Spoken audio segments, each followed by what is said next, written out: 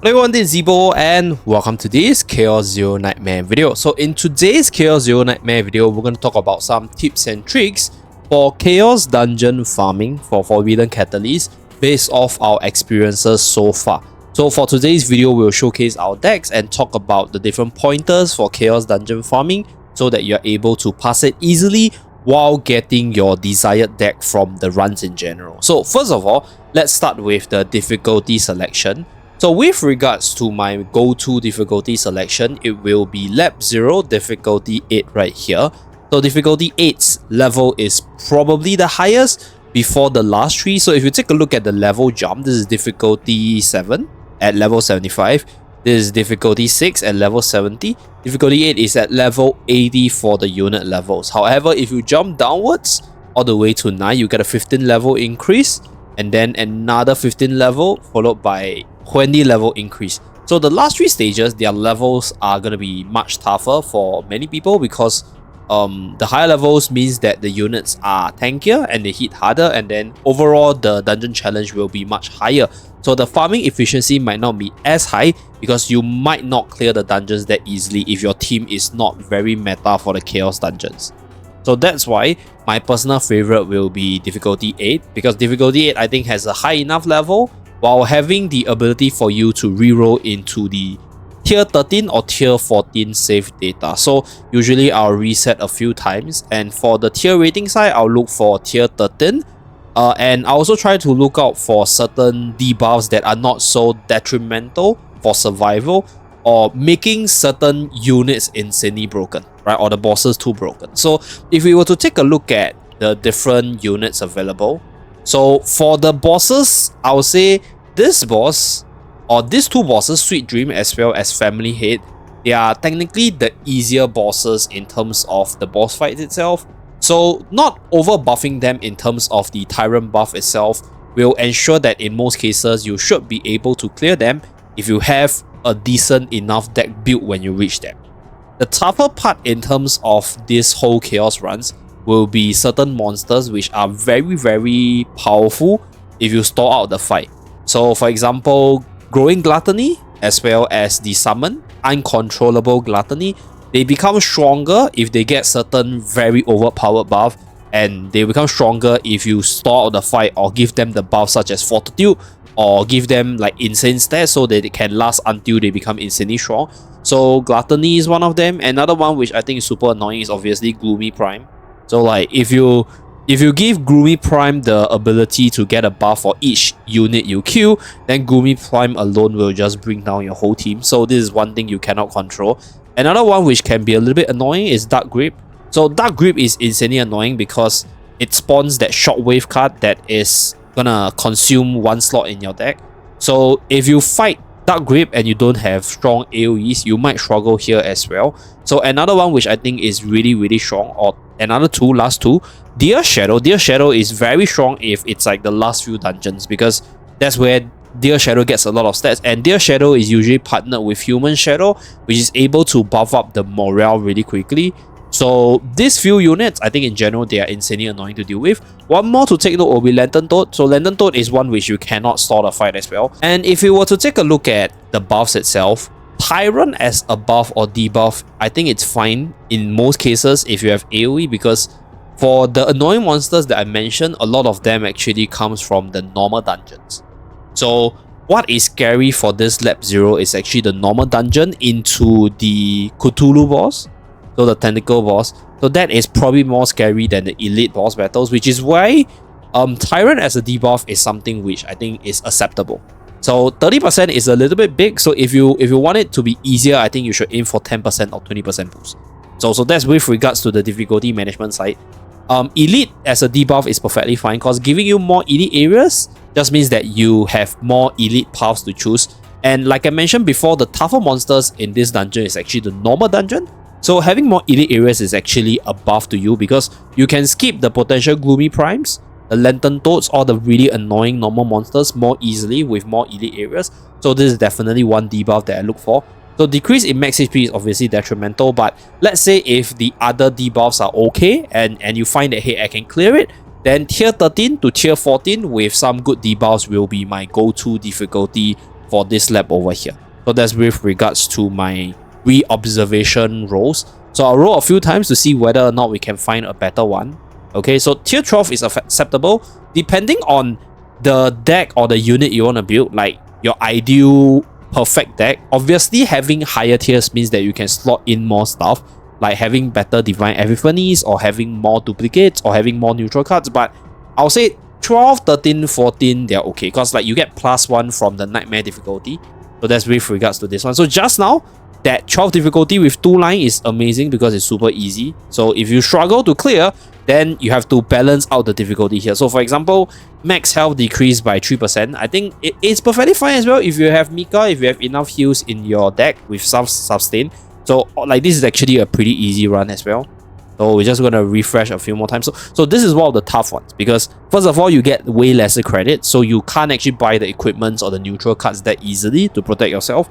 And then secondly, you get monsters gain 2 fury every 3 seconds. So what happens is if let's say you stall out beyond 6 turns and it's like you're fighting multiple enemies, then this is going to kill you. So this is a bad run. Don't bother trying this. It's very, very tough. So this is actually insanely easy because it's just increase in HP, increase in attack for the elite and boss battles, which you can skip except for the boss battles. And then for the elite areas, good. More elite areas, lower chances of all the tougher monsters. So that's for the difficulty rerolls. Okay, so next up, we're going to talk about the dungeon farming progression. So in terms of when I'll reset, I'll break down what are the things that are within our control and what are the things which I think you can't control. Because it's not easy to build the most desired deck. Let's say like you always go in with this like, okay, I got this OP build in mind, but because this game mode is a roguelike game mode, you're not going to get the most perfect OP deck outcome. But there are certain factors which you can control, which is what we want to break down here. What are the things to look out for? So right here, when you start off the run, the divine event as well as the fate event and your initial epiphanies are things which you can control. So if they're not desired, then you can reset the run because it's just at the start. You don't waste much time. So right here, if we go into the fate side, if you're looking for specific catalyst equipments or catalyst cards, then you want to look for the forbidden catalyst event fate right here. So this is a good one. We have a good start. Okay, so we start the run like as such. And then another thing to look out for would be obviously your divine event. So I was able to get a remove card event, which is good. There are certain events which converts your card to common cards. So that's good as well because that will reduce your cost for the calculation and get better decks if you remove the correct cards. And another thing for the divine event to take note of is there are certain divine events which are good if you have credit shortage. So certain events that gives you credit, certain events that gives you discounts at the shop, or even gives you the legendary equipment at the start, they're all really good. So these few factors will decide whether or not you restart the run at the start. So that's the start. Next, another factor you can control is your forbidden event or the forbidden tunnel. So if you have a specific forbidden cards you want to farm for your characters, then you need to get into your forbidden event and unlock the forbidden card option. So usually there is the outskirts, there's also the internal dungeon. So for the forbidden cards, it's most of the time gonna appear on the outskirts. So what I will usually do is run through the map, look at the different event nodes I can encounter, and then run through the slots where you have the most event nodes. So I get my divine tunnel, and then I can actually unlock the forbidden cards I want. If I don't get the desired forbidden cards, then this is where I know I will reset this run. But usually I will finish the very first boss fight, because after you finish the very first boss fight, you will get all the different forbidden catalyst currencies as well as your chaos zero zone currencies. So this is where there's a few reasons why you go here. So one is you get the currency even if you quit. Secondly, you get the duplicate cup option. So there is this possibility, we're gonna leave this dungeon here first. There's this possibility that you unlock certain really OP cards. Like for example, in this case, we go to Aurin. We get this like really OP destruction card, which gives us draw, damage boost, and 1 AP. And I was lucky to duplicate 1 copy of it. So obviously, in the most ideal situation, I want to duplicate 3 copies, right? but you need the duplicate event, which is not within your control, and you can actually control the duplication on the boss fight. Because if you fight the first boss and you don't get it, then chances are on the second boss, it's a much lower chance because you have more cards to duplicate from. So this is how you can control the run for your desired outcome. So the start, as well as the event selection, and also the final boss fight in the first outskirt.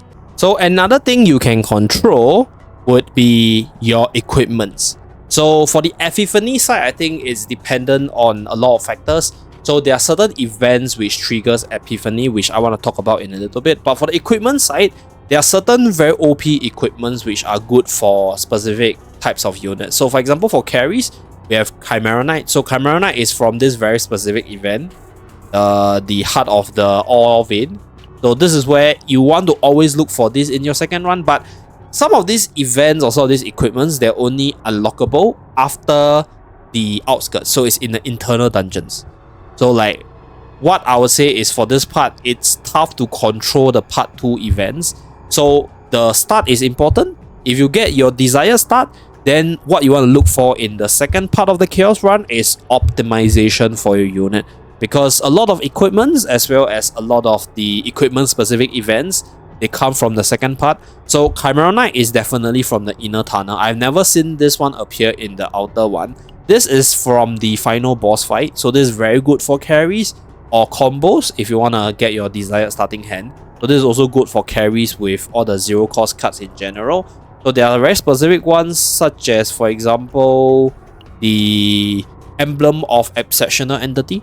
So this is insanely powerful if you get it on your carry. So this is from one of the internal dungeon events as well. So this one, I think, if I remember correctly, this is from... Let me just check. Yeah, so this one is from the test itself. Yeah, so there is this test.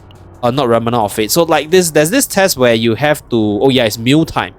So meal time over here gives you the test to prove yourself. So you'll fight a battle and then you'll be able to unlock this one.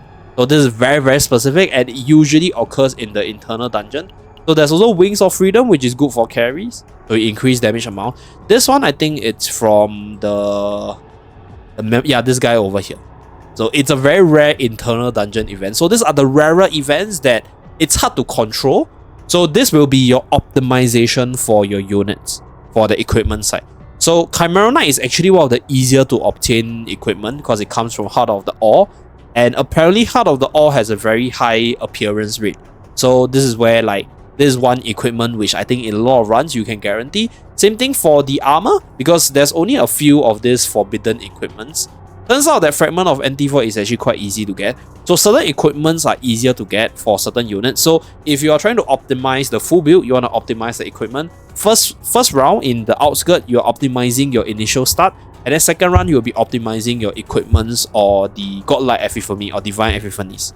So for the Divine Epiphany side, there are certain events which gives Divine Epiphanies.